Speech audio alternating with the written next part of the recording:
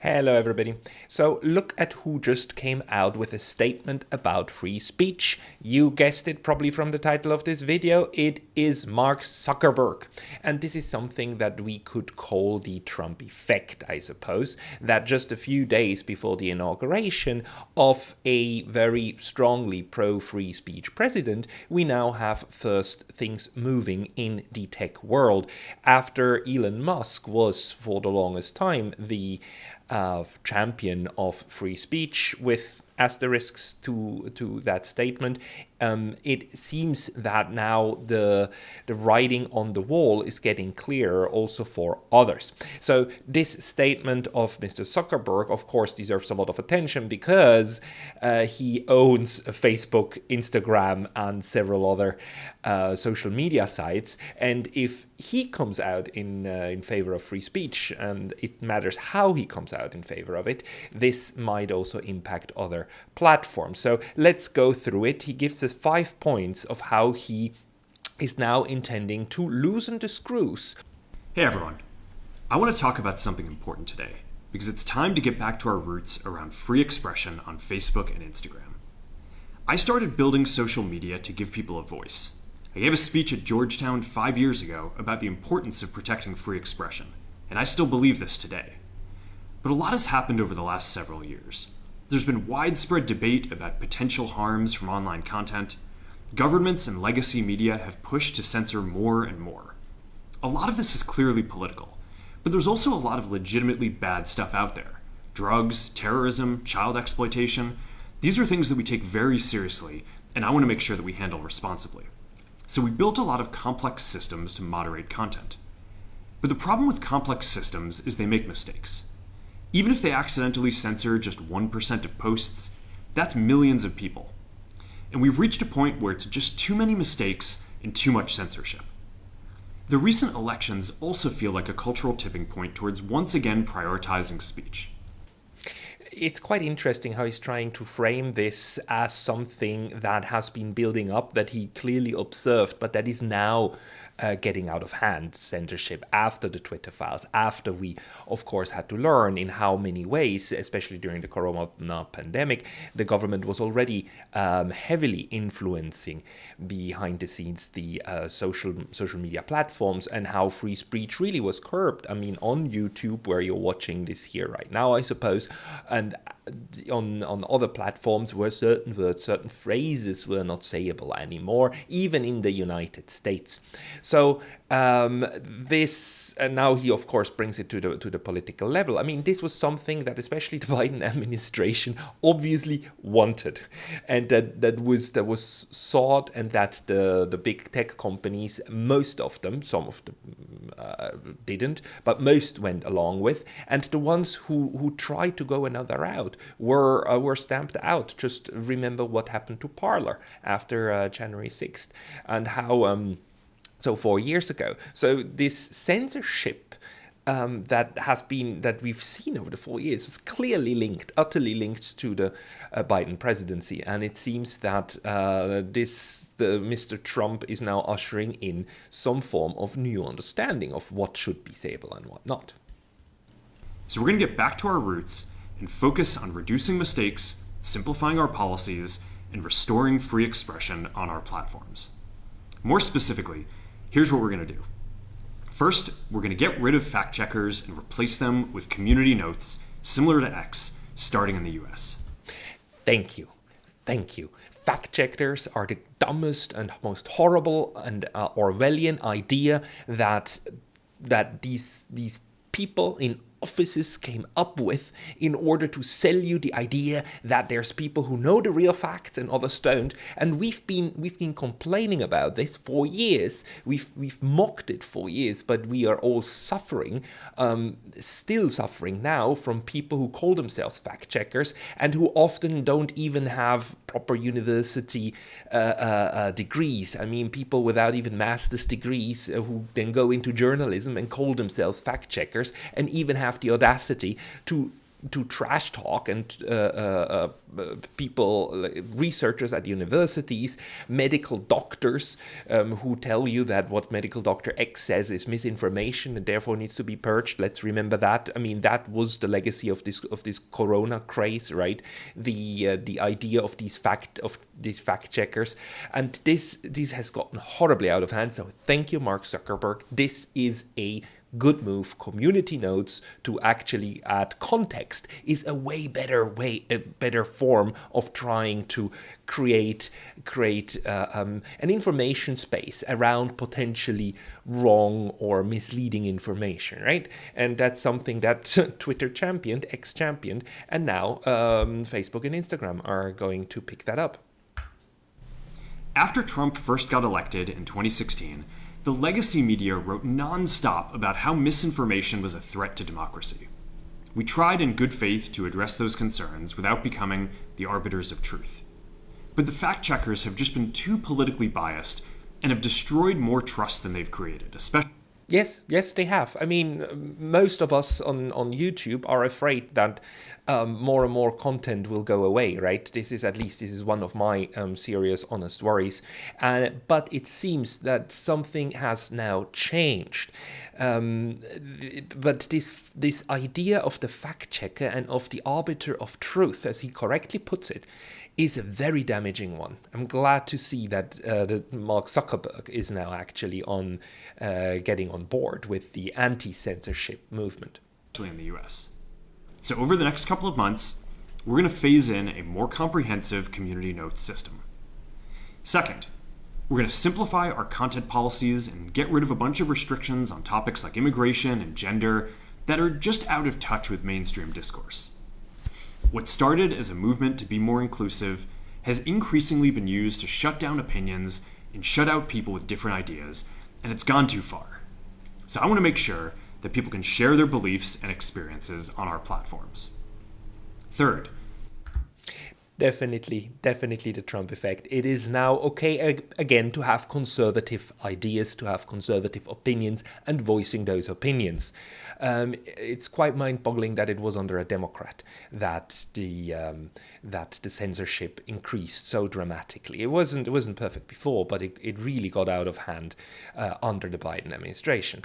We're changing how we enforce our policies to reduce the mistakes that account for the vast majority of censorship on our platforms. We used to have filters that scanned for any policy violation. Now, we're going to focus those filters on tackling illegal and high-severity violations. And for lower severity violations, we're going to rely on someone reporting an issue before we take action. The problem is that the filters make mistakes, and they take down a lot of content that they shouldn't. So by dialing them back, we're going to dramatically reduce the amount of censorship on our platforms. We're also going to tune our content filters to require much higher confidence before taking down content. The reality is that this is a trade-off. It means we're going to catch less bad stuff, but we'll also reduce the number of innocent people's posts and accounts that we accidentally take down.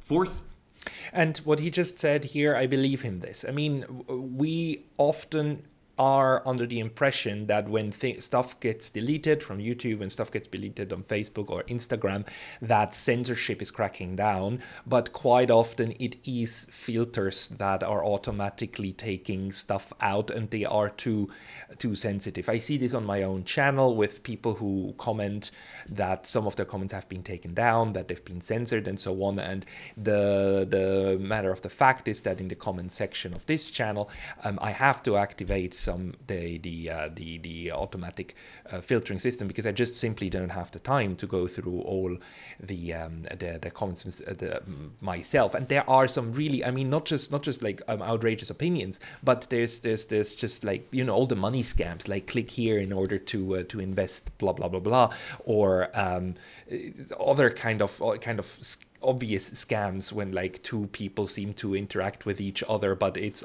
kind of obviously a way just to lure in a reader to click on a link and then scam them in one way or another. And that kind of stuff is of course not part of free speech. That's part of what needs to be in one way or another filtered. But obviously Facebook and a lot of companies, as we've all experienced, have been so highly restrictive with this, and that it then also reaches into political speech, what is sayable and what is not. That certain words are just out of the question. Although in the United States, those words would be covered by free speech. That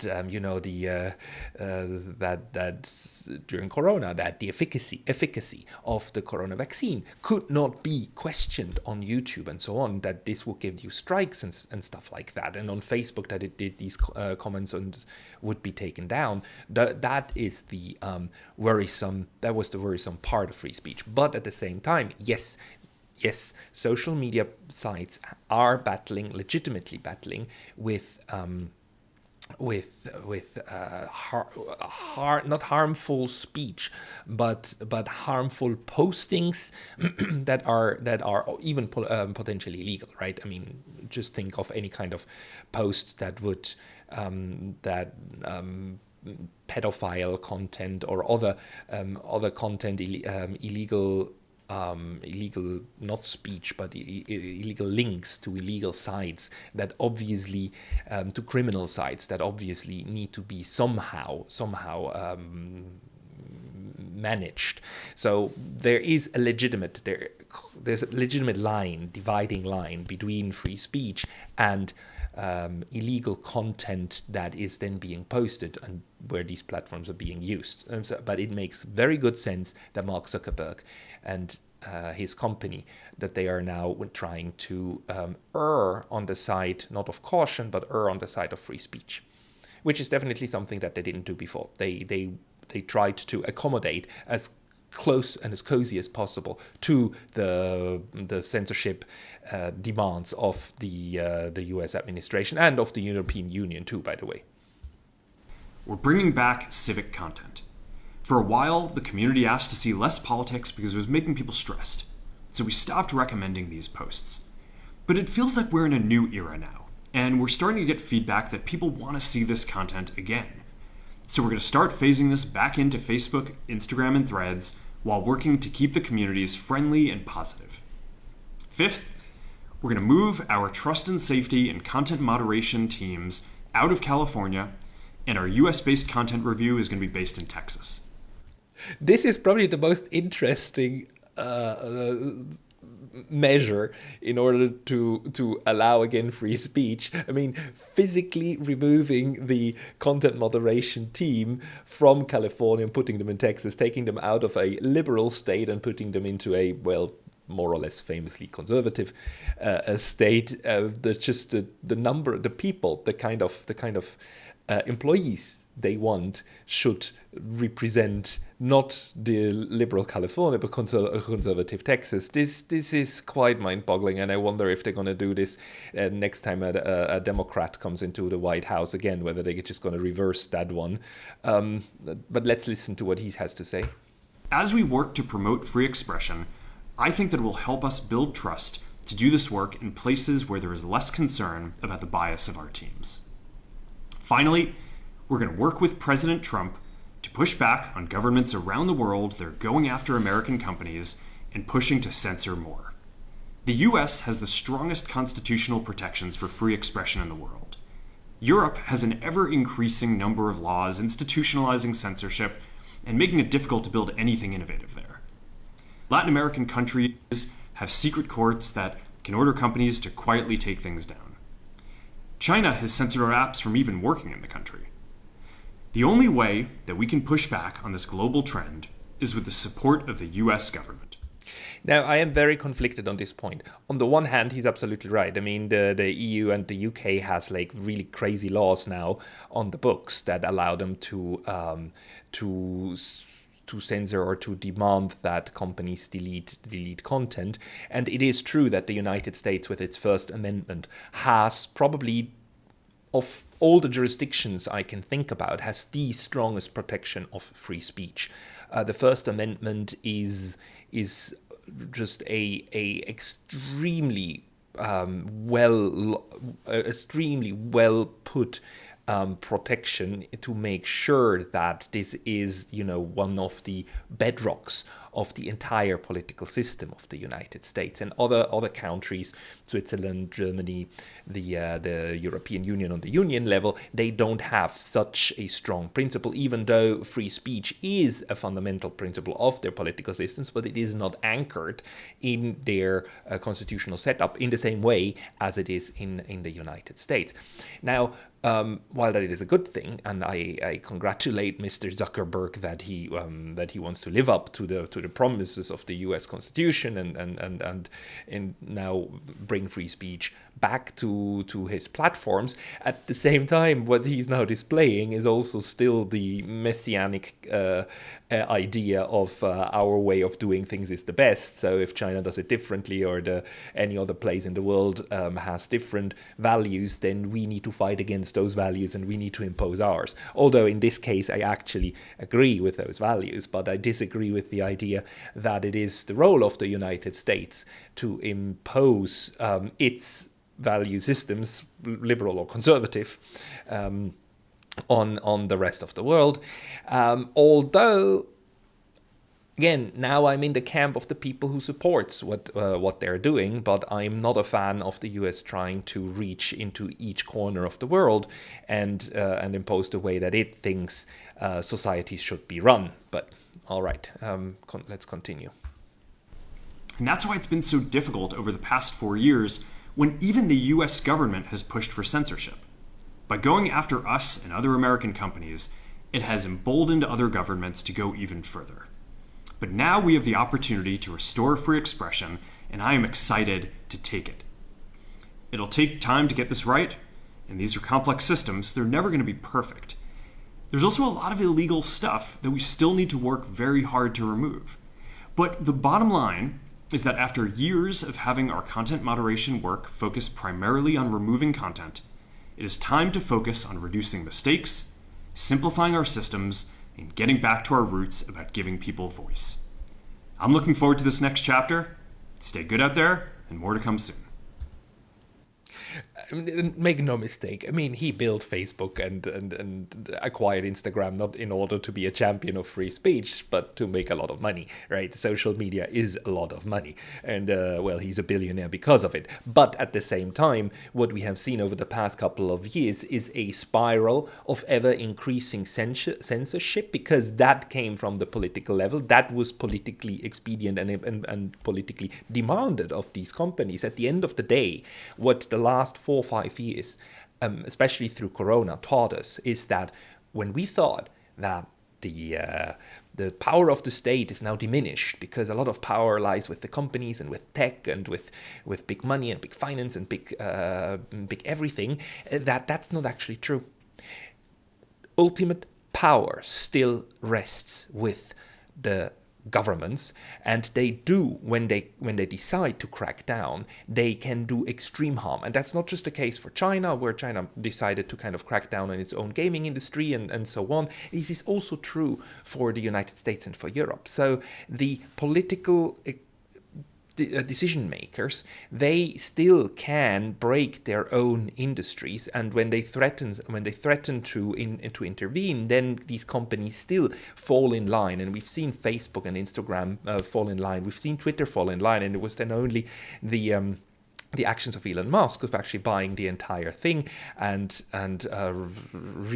changing the inside and actually picking the fight with the Biden administration, and ultimately then ending up supporting Donald Trump, that this somehow on a few platforms changed. It's Rumble, that the free speech video platform that was picking a fight and actually had to take the consequences and leave France, for instance. And I think they're also blocked now in Brazil.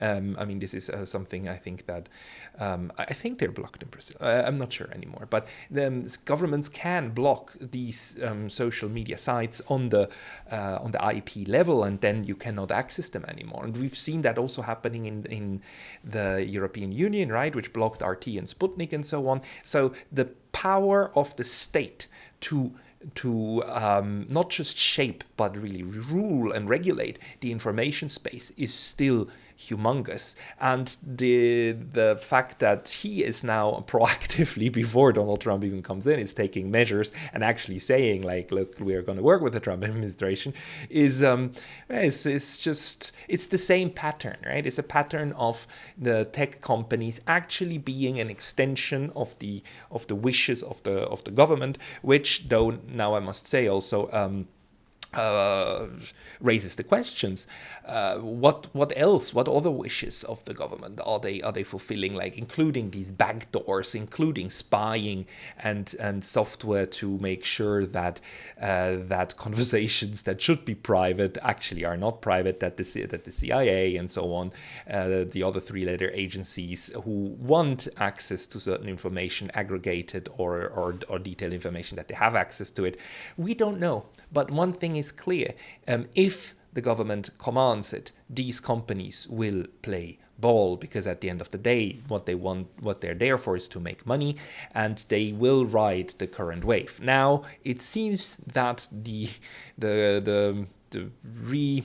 emergence of Donald Trump and the new Trump administration is ushering in more free speech again. I don't know whether this is going to last. We also know that the Trump administration has like very strong opinions, for instance, when it comes on Israel. I mean, whether the censorship is going to increase on the topic of Israel is anyone's guess. I mean, what we know now is if the Trump administration tells these companies to block certain content, they will probably do it. And these companies are wonderful at doublespeak, right? They are absolutely great at speaking out of both sides of their mouths, when it comes to selling you the idea that on the one hand they are pro free speech, but on the other hand, then just call things by another name. And the number one example, of course, was the entire idea of fake news and fact checkers, that Facebook and Instagram pretended that they encourage free speech, but that they work with trusted fact checkers. Now, this is going away. In general, this is a positive development. Overall, it doesn't at all mean that we're out of the woods when it comes to the military-industrial censorship complex, or the medical-industrial censorship complex. It remains to be seen how far this new one ideology of free speech will go. We will also see if it will actually impact the Europeans and the Brits and, as he said, the Chinese. I mean, this is lunatic to think that the Trump administration could somehow impose free speech rules on China, because again, China and now Russia too are to a large extent digitally sovereign, in the sense that they have their own companies. The Europeans are very much dependent on Facebook, Instagram, Twitter, YouTube, and so on. They work with very similar regulatory frameworks. With this transatlantic decision-making process. But overall, now having Facebook being the second company, Facebook and Instagram, after Twitter X under Elon Musk, to come out in favor of free speech, is already something heartening and encouraging. Let's see where it goes. Thank you for your attention.